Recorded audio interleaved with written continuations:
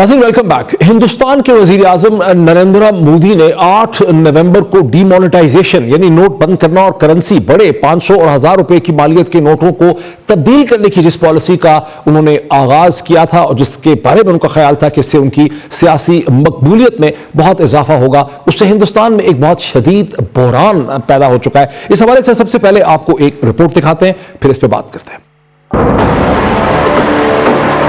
भारतीय नरेंद्र मोदी सरकार जो पाकिस्तान के खुदा न ख्वास्ता टुकड़े करने के ख्वाब देख रही है, फिलहाल तो अपनी पॉलिसियों की वजह से एक नए अंदरूनी बहरान का शिकार है। भारत में पुराने 500 और 1000 के नोटों पर पाबंदी को 40 रोज गुजर चुके हैं, जिनको नए नोटों से तब्दील करने के लिए महज 1 रोज की मोहलत दी गई थी।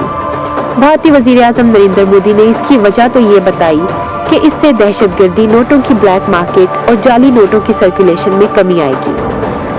देश को भ्रष्टाचार और काले धन रूपी दिमक से मुक्त कराने के लिए एक और सख्त कदम उठाना जरूरी हो गया है। लेकिन ये पॉलिसी भारतीय हुकूमत के गले पड़ गई है। अभी तक तो अवाम ही इस पॉलिसी से परेशान दिखाई दे रहे हैं, जो नोट तब्दील करवाने के लिए बैंकों में लंबी लाइनों में लगे हैं। धक्कम पील के बायस और इस पॉलिसी से मुंसलिक वाकयात में अब तक 84 के करीब लोग जान से जा चुके हैं। मेरी बच्ची की शादी है 1 तारीख को, कल भी बोले पैसे नहीं है बोल के, आज भी बोल रहे पैसे नहीं है बोल। Standing in the queue from 6 AM, 5 AM in the morning. 4 दिन से हम बैंक के चक्कर काट रहे हैं। 6 दिन कैश खत्म है, कैश नहीं है। सबको पैसा देना, इसलिए पापा सोच रहे मैं क्या जुगाड़ करूं। दूसरी तरफ भारतीय हुकूमत इसको मामूली तकलीफ करार दे रही है। भारतीय और बैनुल अक़वामी मुआशी माहिरीन मोदी की इस पॉलिसी को शदीद तनकीद का निशाना बना रहे हैं। ऑपोजिशन भी इस पॉलिसी पर शदीद एहतजाज कर रही है। Farmers are dying. More than 100 people have died. ये बोल्ड डिसीजन नहीं है, ये बिल्कुल बेकार डिसीजन है और इससे पूरे देश को जबरदस्त नुकसान हुआ है।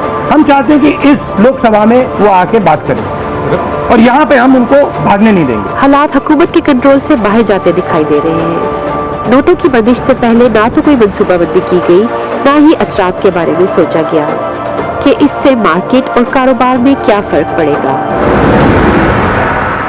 नाज़रीन, मुझे हिंदुस्तान से जर्नलिस्ट और डिप्लोमेट के कॉलमिस्ट जनाब संजय कुमार साहब ज्वाइन कर रहे हैं। संजय, अस्सलाम वालेकुम, वार्म वेलकम। बताइए संजय, हमारे यहाँ पाकिस्तान में भारत में जो डीमोनेटाइजेशन हो रही है उसकी पाकिस्तान में किसी किस्म की कोई अंडरस्टैंडिंग नहीं है। यहाँ तो ये बहुत छोटी सी एक हेडलाइन बनी है और ख़त्म हो गई है, लेकिन हमारी अंडरस्टैंडिंग है कि भारत में डीमोनेटाइजेशन एक बहुत बड़ा इशू है, इसके बड़े असरात हो रहे हैं। इसकी क्या वजह है, मकसद क्या था वजीर आजम नरेंद्र मोदी का, हो क्या गया है?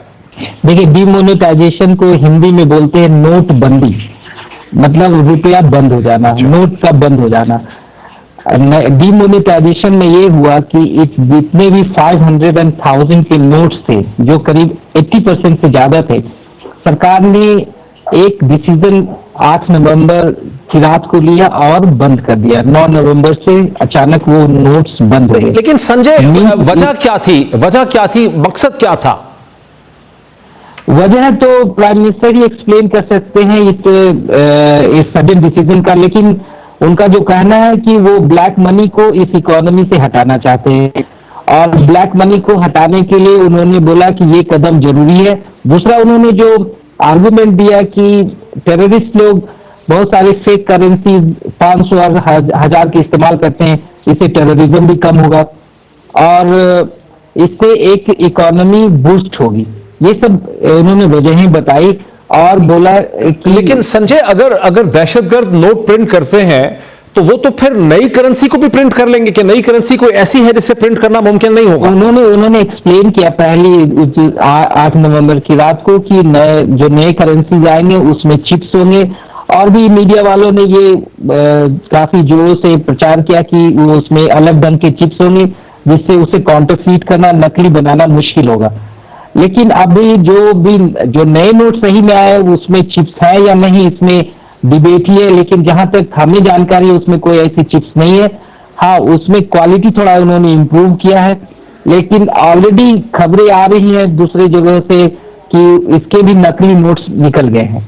तो प्राइम मिनिस्टर का जो पहली रात का जो डिसीजन था कि नकली नोट्स नहीं बनेंगे, वो अपने आप में ही अब 1 महीने में ही ये झूठ साबित होने लगा। दूसरी बात कि वो ब्लैक मनी नहीं, लेकिन संजय ये तो समझाएं हमारे व्यूअर्स को कि काला धन या ब्लैक इकोनॉमी जो है हिंदुस्तान में, वो कितना बड़ा मसला है कि नरेंद्र मोदी ने पूरे मुल्क को इतनी बड़ी मुसीबत में, अजाब में डाल दिया है। कितना बड़ा मसला है ब्लैक इकोनॉमी? देखिए, इसका बैकग्राउंड ये है कि नरेंद्र मोदी जब प्रधानमंत्री बने तो उनको उनके बनने के पीछे एक वजह एंटी करप्शन मूवमेंट था।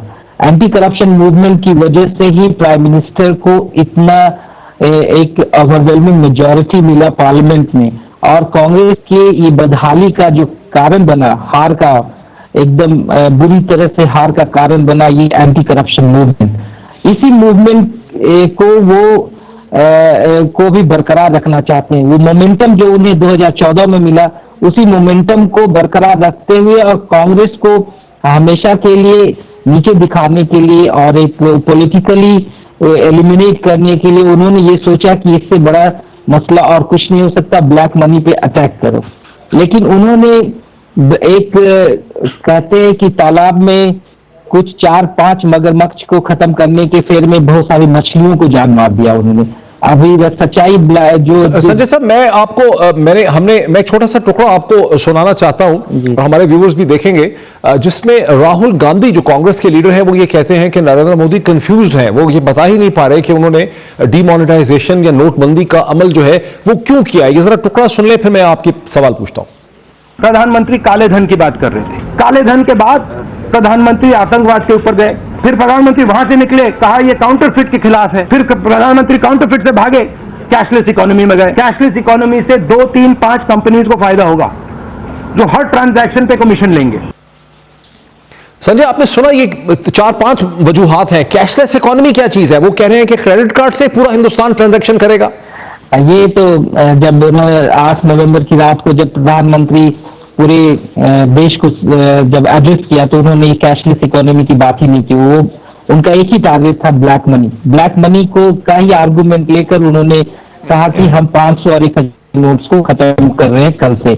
लेकिन प्रॉब्लम क्या है कि जो एक अनुमान के अनुसार करीब 15 लाख करोड़ रुपया ब्लैक मनी में इंडिया में है, लेकिन पिछले एक महीने में 11 से 12 लाख करोड़ रुपया ऑलरेडी बैंक में आ चुका है।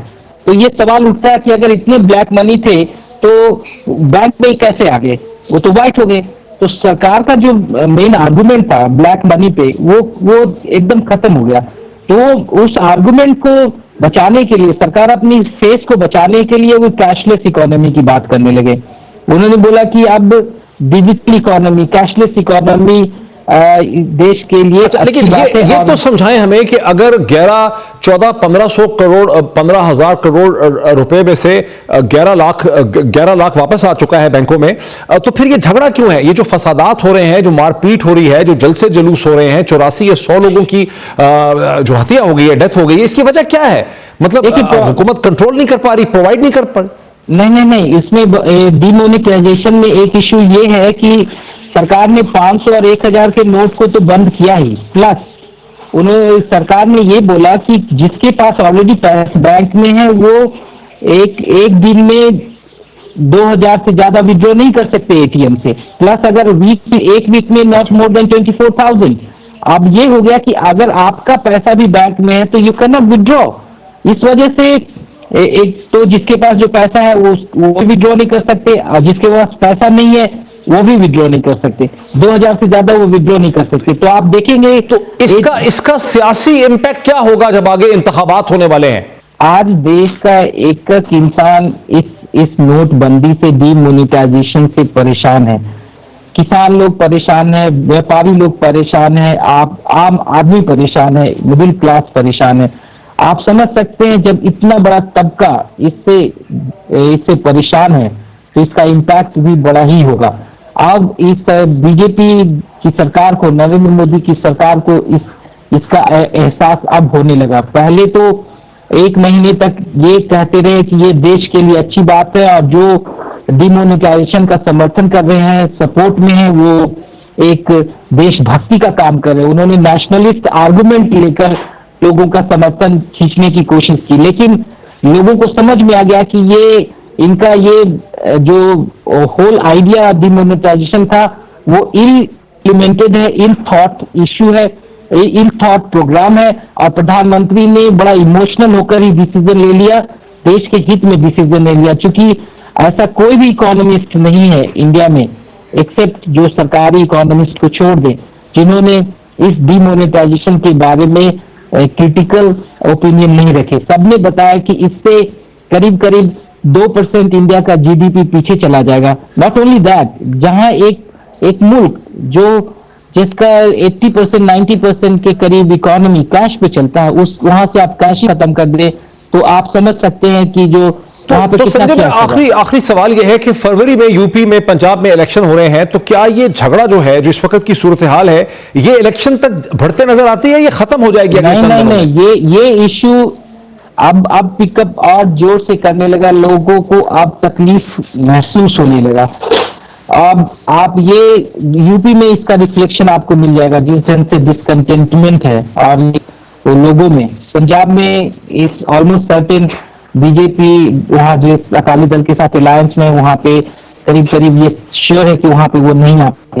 यूपी एक टेस्ट केस है, और यूपी में जिस ढंग से माहौल देश में बन रहे हैं, उस ढंग में ये नहीं लगता कि बीजेपी के लिए एक आसान वहां पे आसानी से वो जीतने का सोच भी सकते।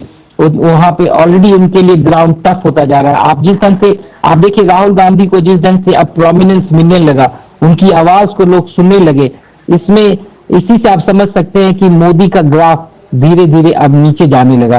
बहुत बहुत शुक्रिया संजय कुमार साहब, हिंदुस्तानी जर्नलिस्ट और एनालिस्ट और डिप्लोमेट के कॉलमिस्ट जनाब संजय कुमार हमें बता रहे थे कि कैसे नरेंद्र मोदी की हुकूमत ने जो डीमोनेटाइजेशन की पॉलिसी को इंप्लीमेंट किया है, यानी नोटबंदी की पॉलिसी को, करेंसी को चेंज करने की पॉलिसी को, उससे कैसे एक हिंदुस्तान में बहुत ही शदीद सियासी बहरान पैदा हो गया है। अंग्रेजी जुबान का एक मुहावरा है, there is many a slip twixt the cup and the lip, यानी अगले लम्हे का पता नहीं होता। सो नरेंद्र मोदी जो चंद हफ्ते पहले इंतहाई सियासी तौर पर मुस्तहकम लग रहे थे, वो एक बहुत बड़े सियासी बहरान का शिकार हैं, जो उनके आगे होने वाले जो स्टेट इलेक्शंस हैं उससे पहले खत्म होता नजर नहीं आ रहा है। नाज़रीन, आज इतना ही, कल फिर आपसे मुलाकात होती है। बहुत शुक्रिया।